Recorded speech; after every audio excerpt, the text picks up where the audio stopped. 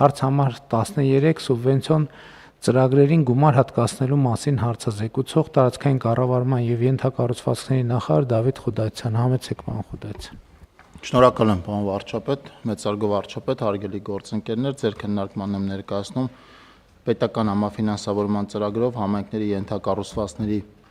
զարգացման ուղղված աշխատանքները 1 միլիարդ 634 միլիոն դրամով համաֆինանսավորելու վերաբերյալ կառավարության որոշման նախագիծը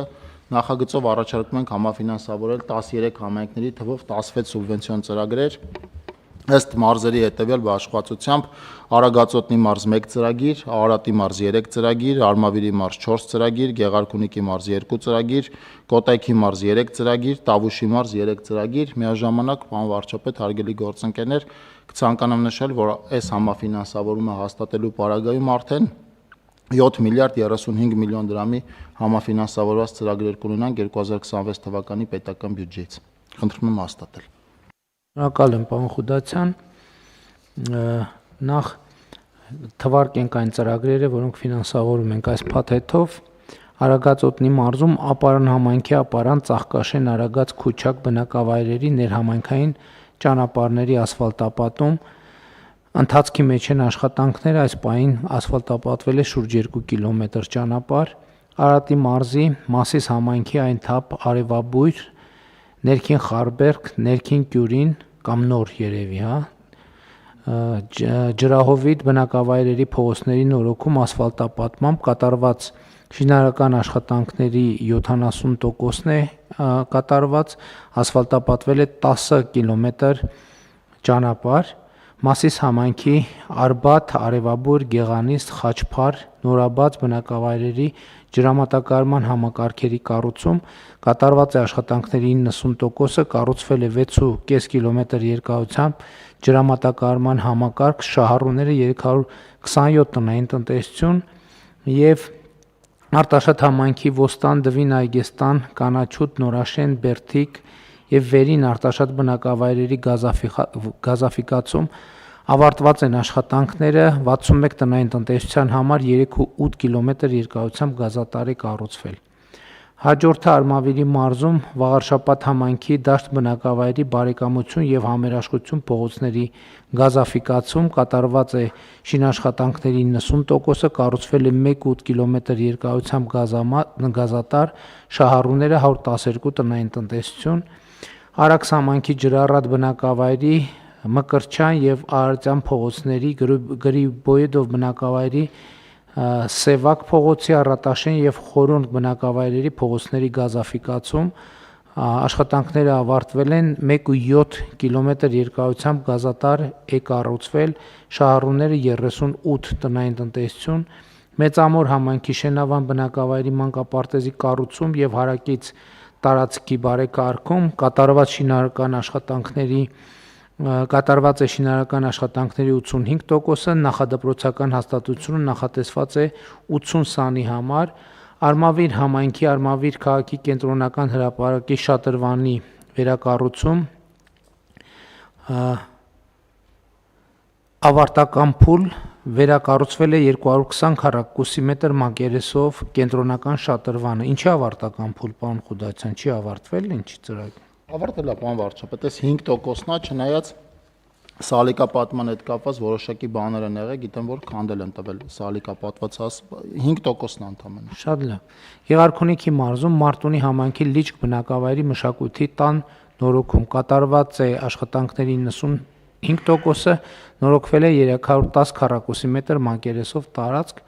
Մարտունի համայնքի Ծովինար եւ Զոլաքար բնակավայրերում ոռոգման ջրատարների կառուցում կատարված է աշխատանքների 95%-ը, կառուցվել է 21 կիլոմետր երկարությամբ ոռոգման համակարգ, շահառուները 220 տնային տնտեսություն, ոռոգվող հողատարածքները 50 հեկտար։ Կոտայքի մարզ Աբովյան համայնքի Աբովյան բնակավայրի Սարալանջի երիտասարդական շինարարների պիոներական փողոցներում ասֆալտապատում, ջրահեռացման համակարգի կառուցում, մայթերի հիմնանորոգում եւ եզրաքարերի փոխարինում կատարված է աշխատանքների 75%-ը, ասֆալտապատվել է 3.5 կիլոմետր ընդհանուր երկարությամբ ճանապարհ, անցկացվել է 69 կիլոմետր երկարությամբ ջրահեռացման խողովակներ, կատարվել են 11.9 կիլոմետր երկարությամբ մայթերի հիմնանորոգման եւ եզրաքարերի փոխարինման աշխատանքներ, Նայիրի համայնքի Եղվարդ քաղաքի Զովունի, Պրոշյան, Բուժական, Արագյուղ եւ Սարալանջ բնակավայրերի ոռոգման ցանցի կառուցում, ավարտական փուլում է աշխատանքները, կառուցվել է 7 կիլոմետր երկարությամբ ոռոգման համակարգ, շահառուները 1700 տնային տնտեսություն, ոռոգվող հողատարածքները 115 հեկտար, Չարենցավան համայնքի Չարենցավան բնակավայրի Ծիծեռնակ մսուր մանկապարտեզի վերակառուցում, կատարված են աշխատանքների 90%-ը, նախադպրոցական հաստատությունը նախատեսված է 350 սանի համար։ Եվ Տավուշի մարզ Նոյեմբերյան համայնքի Բերթավան բնակավայրի 10-րդ փողոցի ասֆալտապատում սալապատում տուֆով կատարված շինարարական աշխատանքները 60% են, սալարկվել է 3400 քառակուսի մետր մակերեսով ճանապարհ, Իջևան համայնքի Լուսահովիտ բնակավայրի ճանապարհների հիմնանորոգում եւ սալարկում, տուֆքարով կատարված է աշխատանքների 50%-ը, սալարկվել է 8122 քառակուսի մետր մակերեսով ճանապարհ, Իջևան համայնքի Իջևան բնակավայրի մետաղագործների 1, 8, 9, 10 բազմաբնակական շենքերի էներգոարդյունավետ արդիականացում, կատարված է շինարարական աշխատանքների 95%-ը, վերանորոգվել է թվով 4 բազմաբնակական բնակելի շենքի 12599 քառակուսի մետր արտաքին մակերեսը։ Հարգելի գործընկերներ, վերջին ծրագրին ուզում եմ հատուկ անդրադառնալ, որովհետև իհարկե այս թեմային նախկինում էլ անդրադարձեր ունեցել ենք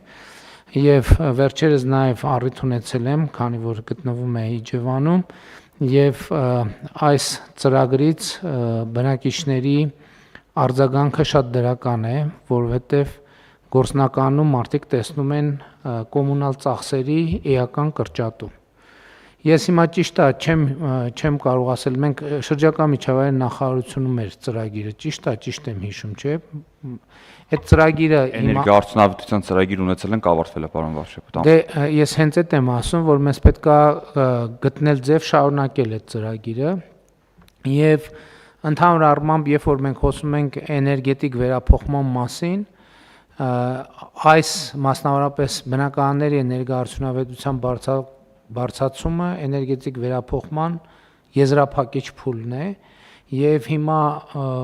ընդհանուր առմամբ մենք պետք է մտածենք, արդեն ես խնդիրը դրել եմ, ես էլ եմ նայում, թե մենք միջգերատեսչական ինչ ձևաչափ կարող ենք ունենալ, որպեսզի ապահովի էներգետիկ այս տրանսֆորմացիան, որը վերաբերվում է բոլոր փուլերին, արտադրական հզորությունների դիվերսիֆիկացմանը եւ արդյունավետության բարձրացմանը, այստեղ իհարկե կուտակիչ կայանների ենթակառուցվածքը շատ էական եւ կարեւոր է, էլեկտրական էներգիայի տեղափոխման արդյունավետությանը, իհարկե նաեւ էլեկտրաէներգիայի արտադրության ձևերի բազմազանեցմանը եւ իհարկե շատ կարեւոր է էներգախնայողության ծրագրերը, որը էներգիայի խնայողություն, որ ասում ենք խնայողություն, դրանից տպավորությունն է, թե մենք ավելի սառը բնակարաններ պետք է ունենանք, բայց դրա մասին չի խոսքը, ընդհակառակը պետք է ավելի տաք բնակարաններ ունենանք, ավելի քիչ էներգետիկ ռեսուրսի ծախսմամբ։ Բայց հիմա այս ծրագրի արձագանքները լսելով, իհարկե որոշ դեպքերում մենք որակի հետ կապված խնդիրներ ունենք, մասնավորապես Դիլիջան, որ այցելել ենք, շենքերից մեկի պատի հետ կապված խնդիր կար, ելնում ենք այն կանխավարկածից, որ ծրագիրը բնականաբար պետք է բարձր որակով արվի, բայց նաև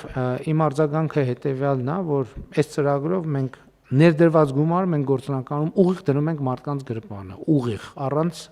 առանց չափազանցության, դա տարիների ընթացքում։ Եվ ես հիմա տեսնում եմ, որ մենք հետևյալը պիտի անենք եւ միջգերատեսչական համագործակցությունը այստեղ էլի կարեւոր է,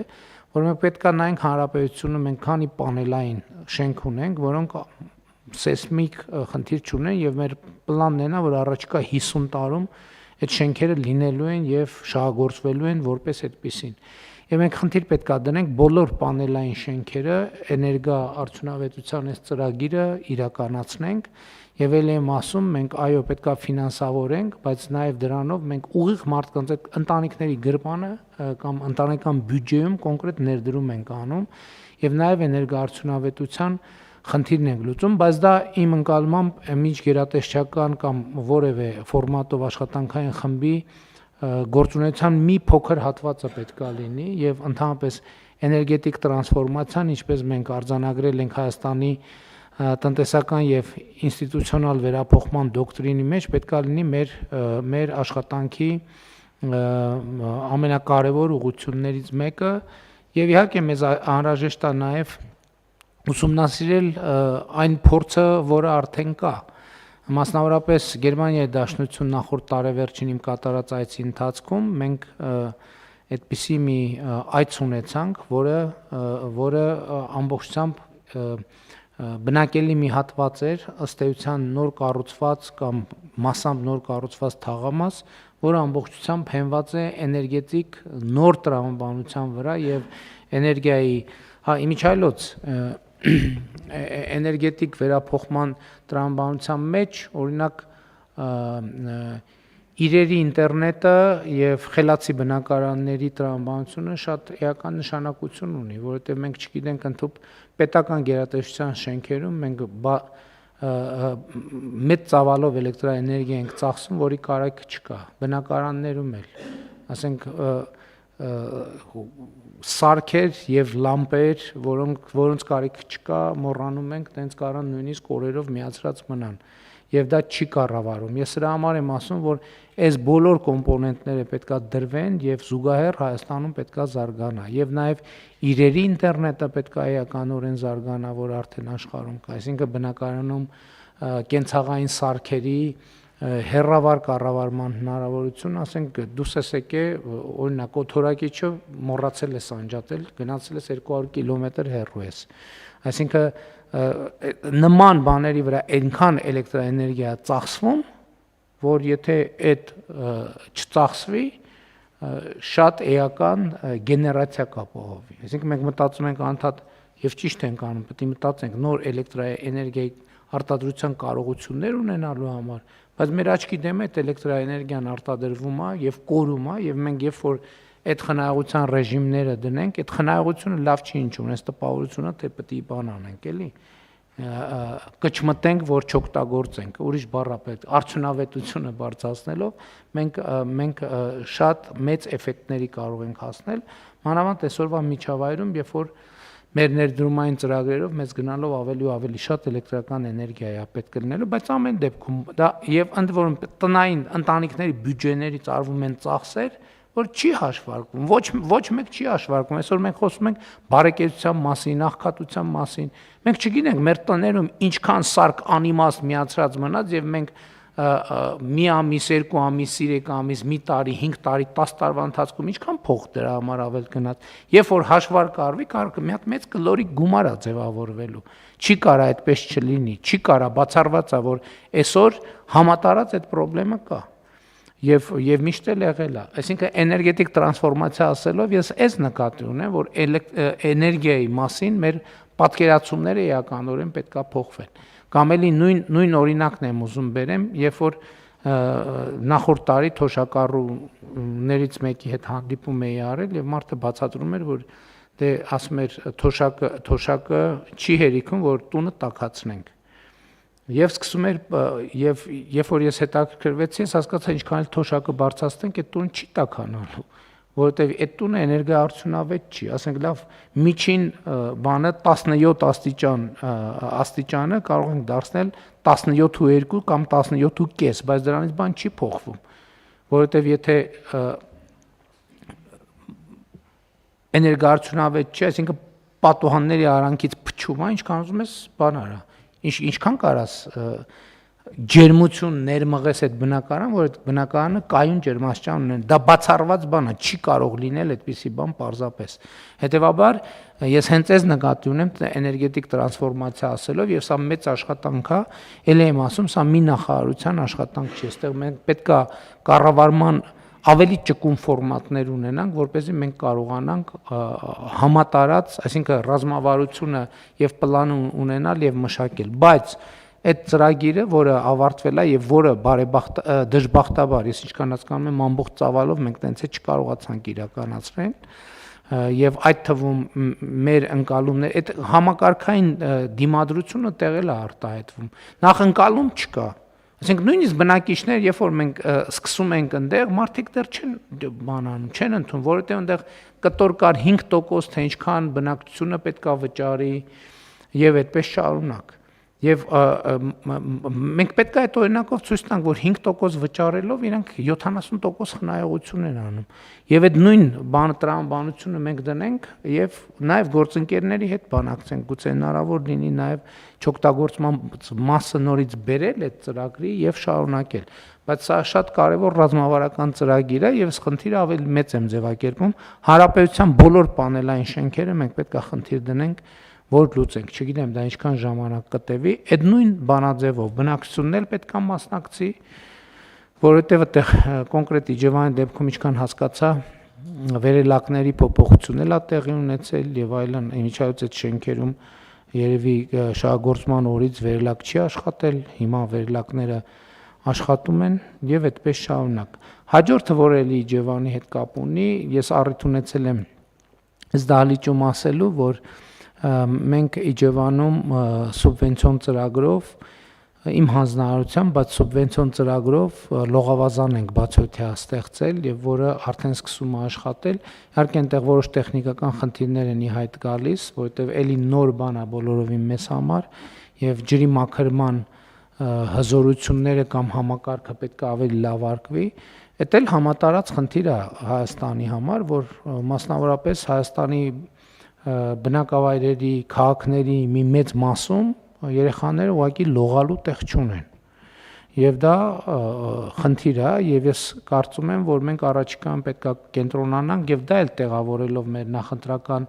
կոմբինացված խաղահարապարակի տրամաբանության մեջ, որովհետեւ լողավազանն էլ է ըստ էության խաղահարապարակ, իհարկե առանց նվազեցնելու։ Մենք պետք է դուրս բերենք եւ առնվազն այն քաղաքներում, սկզբնական շրջանում, որտեղ գոնե 3 ամիս, ավելի քան 3 ամիս լողալու բացօթյա բան կա, սեզոն կա, այդ նույն ծրագիրը պետք է իրականացնենք նաև մեր բոլոր քաղաքներում, որպեսզի բոլոր նման քաղաքներում, իհարկե տեղեր կա, որ լողի բացօթյա լողի սեզոնը շատ կարճ կլինի, երևի իմաստ չի ունենա։ Եթե կան այդպիսի բնակավայրեր, բայց կարող է բոլոր տեղերն էլ 3 ամիսը ապահովում է։ Ինչ։ Հա, այդ դեպքում ավելի լավ է փակ, այս դեպքում բացօթյա լողավազանի մասին է խոսքը, բայց ես խնդիր դնում եմ, որ բոլոր քաղաքներում, առնվազն սկսելով մարզ կենտրոններից, մենք բոլոր քաղաքներում այս տրամաբանությամբ ունենանք բացօթյա լողավազաններ, որոնք ազատ կլինեն, բայց իհարկե սպասարկման համար պետք է այդտեղ էլ նայել ֆինանսական սխեման, որովհետև հանդերձարան եւ այլն, ես կարծում եմ պրոբլեմ չի լինի, ընդհակառակը լավ կլինի, եթե պարզվի, որ այդտեղ կարելի է պատվիրակել, արտապատվիրակել, որպեսզի նորմալ սպասարկումը լինի սանհանգույց եւ այլն, որ փոքր ինչ որ անհրաժեշտ վճարովի սկզբունքներով լինի, լողավազան լինի ազատ։ Համենայն դեպս կարծում եմ, որ սա էլի կյանքի եւ ընդհանրապես մանկության փոփոխության շատ էական գործոն է եւ մենք իհարկե պայմանավորվել ենք, ես մարզպետին էլ Իջևան համայնքի ղեկավարին էլ ասել եմ, որ նախագիծը ինքը պայմանական ասած տիպային նշանակություն ունի, հիմա ինչ խնդիրներ կա, որ այնտեղի հայտ կգան, որովհետև առաջին նման ծրագիրն է եւ ըստ էության մեզ համար անծանոթ թեմա, որտեղ մենք նոր ենք մտնում, ինչ խնդիրների հայտ կգան, մենք ընդհանրապես բնականաբար կլուծենք, բայց նաև այդ գիտելիքը կկուտակենք, որպեսզի հաջորդ ծրագրերում արդեն իրականացնենք բոլորովին նոր արդեն տրամաբանությամբ։ Չնայած այնտեղ է մեծ խնդիր, ես ինչքան հասկանում եմ, չի լինելու։ Խոսքը վերաբերվում է մաքրման համակարգի գծագրերին եւ այլն, հիմա աշխատանքները արվում են, պարոն մարզպետ, որ կարգավորվի։ Այո, պարոն վարչապետ, հիմա աշխատանքները ընթանում են, երկուշաբթի օրը մասնագետը խոստացել է, որ ամբողջությամբ պատրաստ կլինի։ Շատ լավ։ Եվ հաջորդը սուբվենցիոն ծրագրերի մասին նախորդող շրջանում մարզպետների հետ ամփոփելով ես հասկացա, որ սուբվենցիոն ծրագրերի ծավալները էականորեն աճում են եւ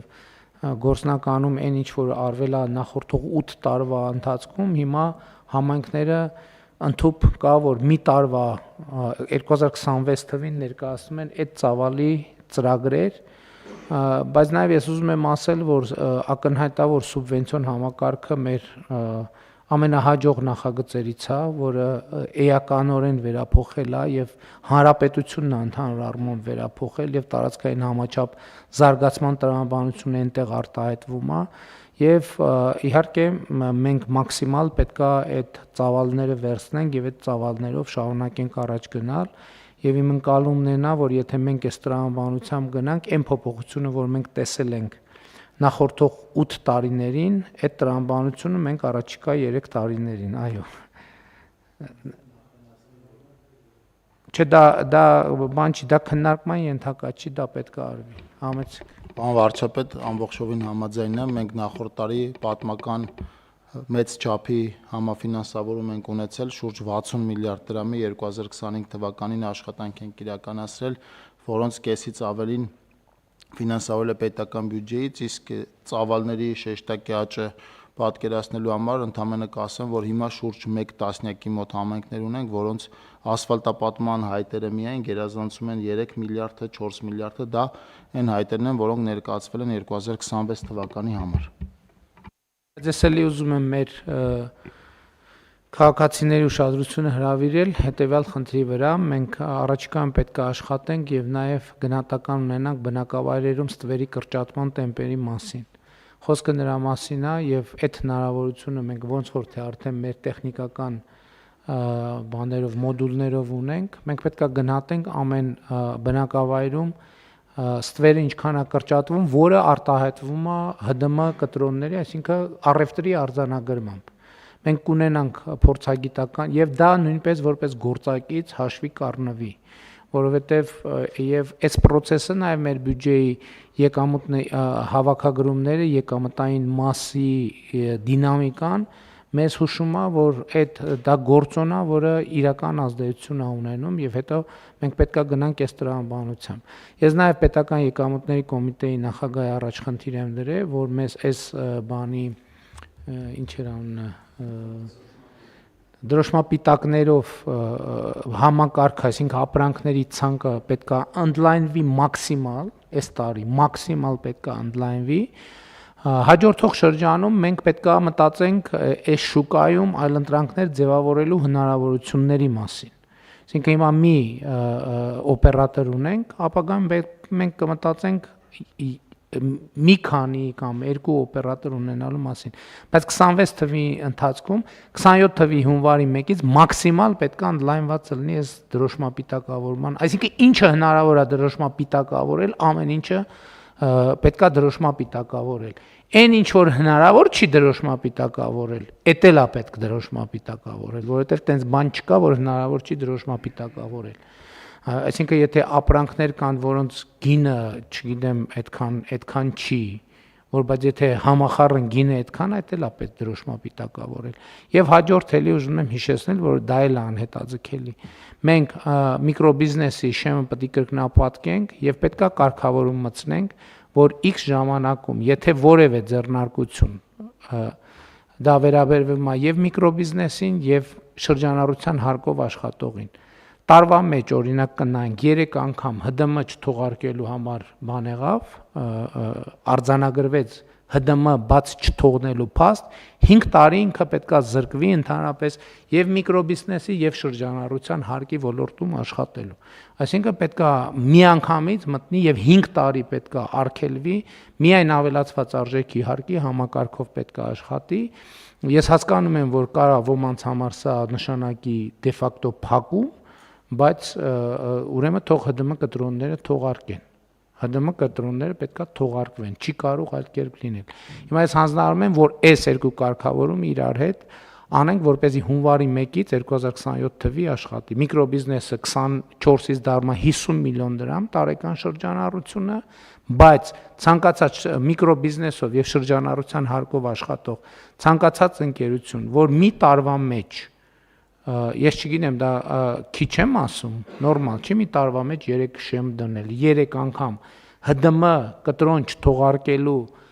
փաստ արձանագրվեց այդ ընկերությունում 5 տարի այդ ընկերությունը դուրս է գալիս եւ միկրոբիզնեսը եւ շրջանառության հարկի համակարգից եւ պետքա գործի ավելացված արժեքի հարկի համակարգում եւ հունվարի 1-ից այս կարգավորումը նույնպես պետքա ուժի մեջ մտնի եւ դրոշմապիտակավորումը հնարավոր ամեն ինչը մենք պետքա անենք դրոշմապիտակավորումով ես հույս ունեմ որ համակարգային առումով պատրաստ ենք մենք եւ այդտեղ խնդիր չկա Շատ լավ, կան դիտարկումներ թեմաների վերաբերյալ։ Չկան, հարցը դրվում է քվեարկության, ովքեր են դեմ որոշման ընդունմանը, դեմ չկա որոշումն ընդունվում։